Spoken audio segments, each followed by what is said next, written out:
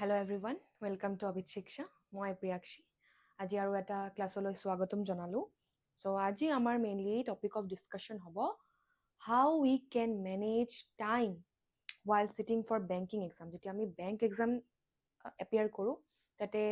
গমে পাইছোন টাইমিংটো কেনেকুৱা হয় 20 মিনিটছ ইচ সেকশনৰ কাৰণে দিয়ে আৰু আৰআৰবিটো অলপ বেলেগ হয় এইখিনিও ডিসকাস কৰিম তেতিয়া যেতিয়া আমি এক্সামবোৰ দিওঁ আমি আমাৰ মাইন্ডসেটটো কেনেকুৱা থাকিব লাগিব আমি যেতিয়া ৰিজনিং সেকশন মেইনলি মই ৰিজনিং পঢ়াও সো ৰিজনিং লৈ ডিসকাস কৰিম যেতিয়া ৰিজনিং সেকশনত আমি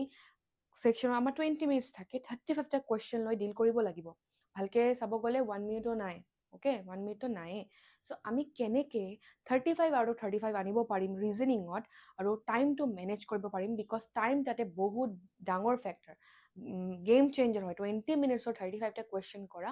ডাঙৰ কথা সো আমি ইয়াতে অলপমান আজি এডভাইস দিম how we can manage time while sitting for the exam যেতিয়া আমি এক্সাম দিব বহিম তেতিয়া কেনেকে টাইমটো মেনেজ কৰিম কোনটো সেকশনৰ হাত দিম প্ৰথমত নো ডাউট আমি সেকশন সিলেক্ট কৰিব নোৱাৰি বাট যেতিয়া মোৰ সেকশন অফ ৰিজনিংটো ষ্টাৰ্ট হৈ গ'ল 20 মিনিট মোৰ ষ্টাৰ্ট হৈ গ'ল এতিয়া মোৰ 35টা কোৱেশ্চন ডিসপ্লে হৈ থাকিব কেনেকে আমি এই কোৱেশ্চনছবোৰ ডিল কৰিম আৰু এনেকুৱা হ'ব যে আমি 35টা কোৱেশ্চনে চাব পৰা যাও এনেকুৱা নহয় যে মই 30টা কৰিলেও 5টা মই চাবই নোৱাৰিলো বিকজ টাইম মোৰ আপ হৈ গ'ল সো তেনেকেই আজি কেনেকে আমি টাইমটো সেভ কৰি টাইমত এফিচিয়েন্টলি ইউজ কৰি আমি গোটে সেকশনটো কমপ্লিট কৰি নেক্সট সেকশনত যাম এটো আজি আমি এই ক্লাছত ডিসকাস কৰিম how can we manage time while sitting for bank exams so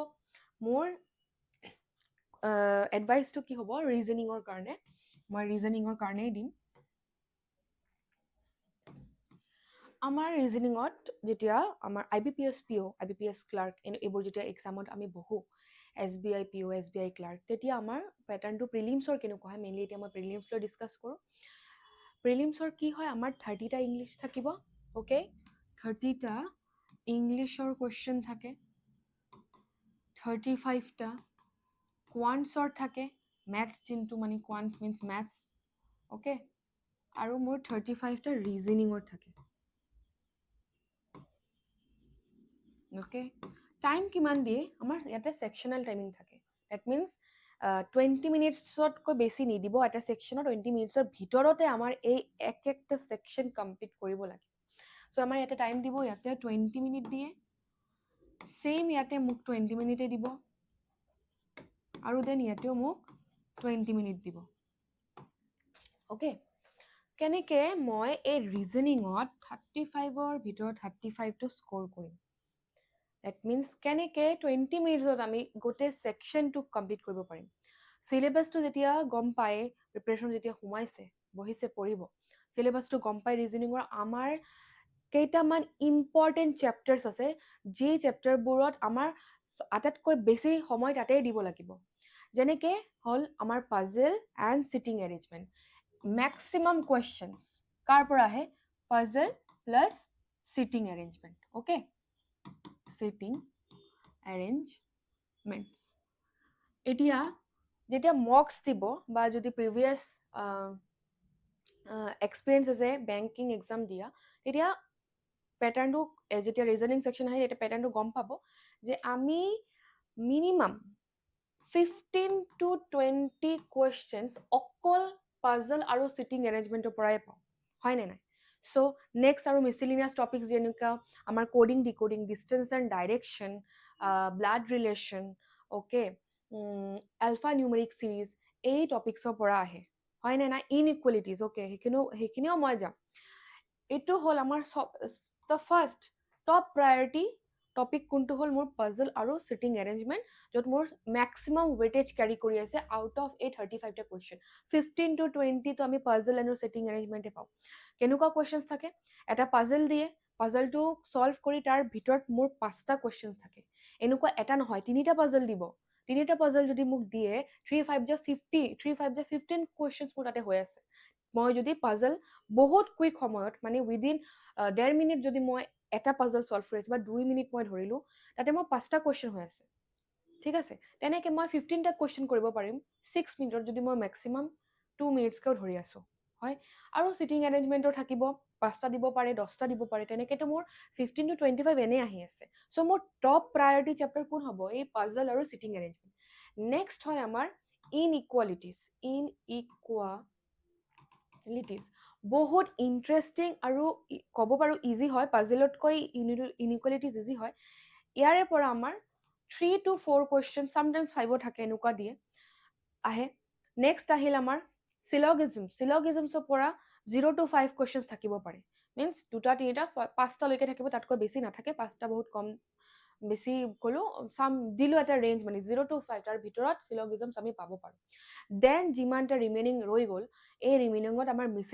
মিছিলিনিয়াছ টপিকছবোৰ থাকে, blood relation, distance and direction, alpha numeric series, coding and decoding, যিখিনি টপিকছ আমাৰ ইজি হয়। ইজি মই নকওঁ, কোনো বস্তু ইজি মই তেনেকৈ নকওঁ, ইজি তেতিয়া হয় যেতিয়া আমি বহুত প্ৰেক্টিচ কৰোঁ। ফাৰ্ষ্ট আমি আমাৰ চিলেবাছটো কমপ্লিট কৰি লওঁ, তাৰপিছত যেতিয়া প্ৰেক্টিচ কৰা ষ্টাৰ্ট কৰোঁ ডেইলি বেচিছত, তেতিয়া বস্তুখিনি গৈ আমাৰ কাৰণে ইজি হয়। আজি যদি মই পাজল আৰু চিটিং এৰেঞ্জমেণ্টৰ এটা 2-3 ঘণ্টাৰ ক্লাছ কৰিলোঁ আৰু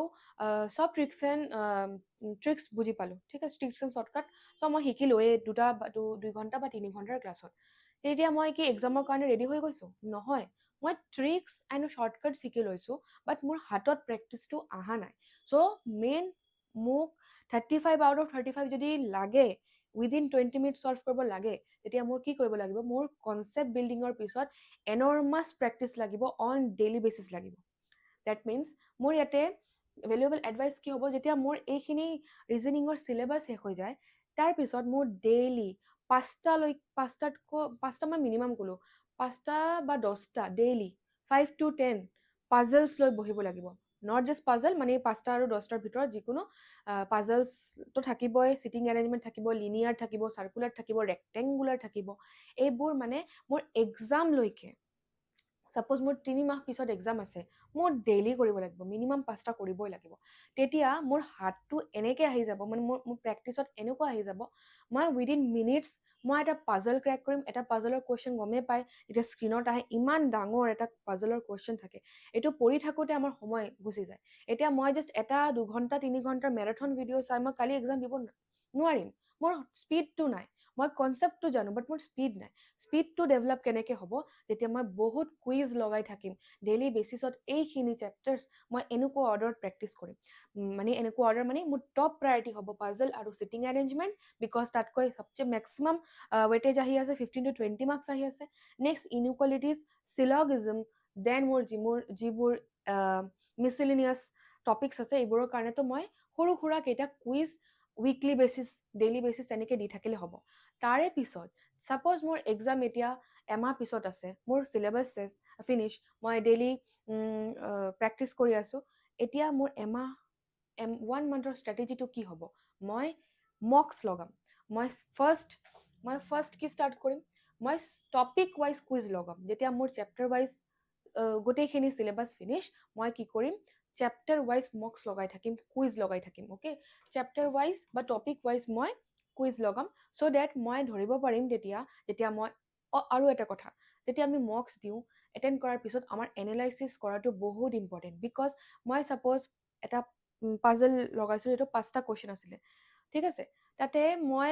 4টা পাৰিলোঁ, এটা নোৱাৰিলোঁ, চ' মই এইটোতো স্কিপ কৰি গ'লোঁ। যেতিয়া মই আনচাৰটো চাম, যে এতিয়া মই কিমান পাই আছোঁ, 5ৰ ভিতৰত 4 পাই আছোঁ, ইমানত হেপ্পী থাকিব নোৱাৰি। মই যিটো 5 নম্বৰটো যে পাৰা নাই, এইটো মই যেতিয়া এনালাইচিছ কৰিম, আনচাৰ যেতিয়া মকটো এটেম্প কৰাৰ পিছত আনচাৰত গৈ চাব লাগিব, ইহঁতে কেনেকৈ কৰিছে, কিয় মই পাৰা নাছিলোঁ, মই ক'ত লেগ বিহাইণ্ড কৰি আছিলোঁ, তাৰে পৰা আমি বহুত শিকিব পাৰি। আৰু তাৰে যদি এটা ডায়েৰী মেইনটেইন কৰোঁ, ডেইলি বেচিছত যিমানটা আমি কুইজ আৰু মক দি আছোঁ, আৰু মই য'ত আটকি আছোঁ, তাৰ এনালাইচিছবোৰ যদি আমি লিখি থৈ দিওঁ, আমাৰ এক্সামৰ কাৰণে আমি we are prepared for the exam. Just এইখিনি আমাৰ পেটাৰ্ণটো কি ফ'ল' কৰিব লাগিব, টপ প্ৰায়ৰিটি দিব লাগিব এইটো ছেকশ্যন, এই চেপ্টাৰ্ছত, যোনটো মেক্সিমাম মাৰ্কছ আমাক আউট অফ 35 দি আছে। তাৰপিছত আমাৰ চিলেবাছ ফিনিছ হোৱাৰ পিছত ডেইলি বেচিছত আমাৰ প্ৰেক্টিচ কৰি থাকিব লাগিব, আৰু এমাহ আগৰ পৰা আমাৰ মক্স দি থাকিব লাগিব, চ' ডেট আমি এক্সাম অৰিয়েণ্টেড এনভাইৰনমেণ্টটো পাওঁ। এক্সাম অৰিয়েণ্টেড এনভাইৰনমেণ্ট মিনছ যেতিয়া মই ঘৰত বহি 20 মিনিটছত 35টা কুৱেশ্যন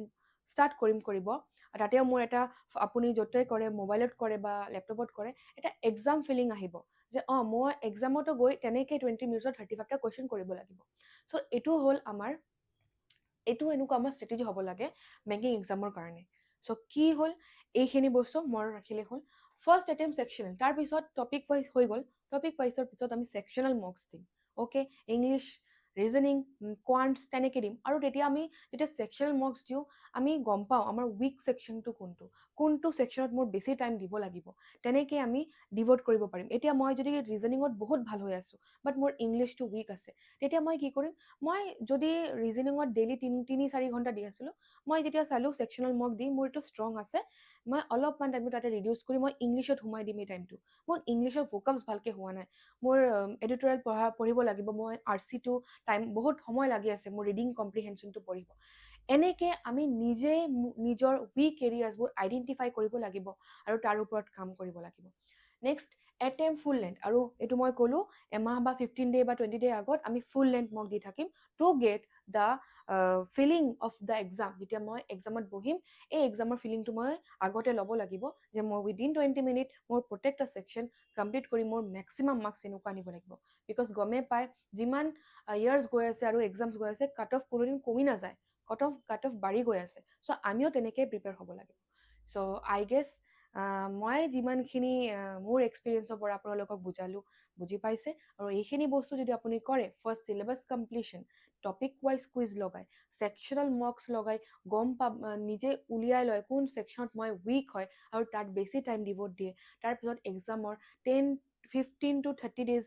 সময় লৈ কমপ্লিট ফুল লেন্থ টেষ্ট দি থাকোঁ তেতিয়া আপোনালোকে নিশ্চয় ভালকৈ প্ৰিলিমছটো ক্ৰেক কৰিব পাৰিব চ' এয়াই মোৰ আজিৰ অলপমান এডভাইচ আছিল regarding how to manage time in exams I hope ভাল পাইছে থেংক ইউ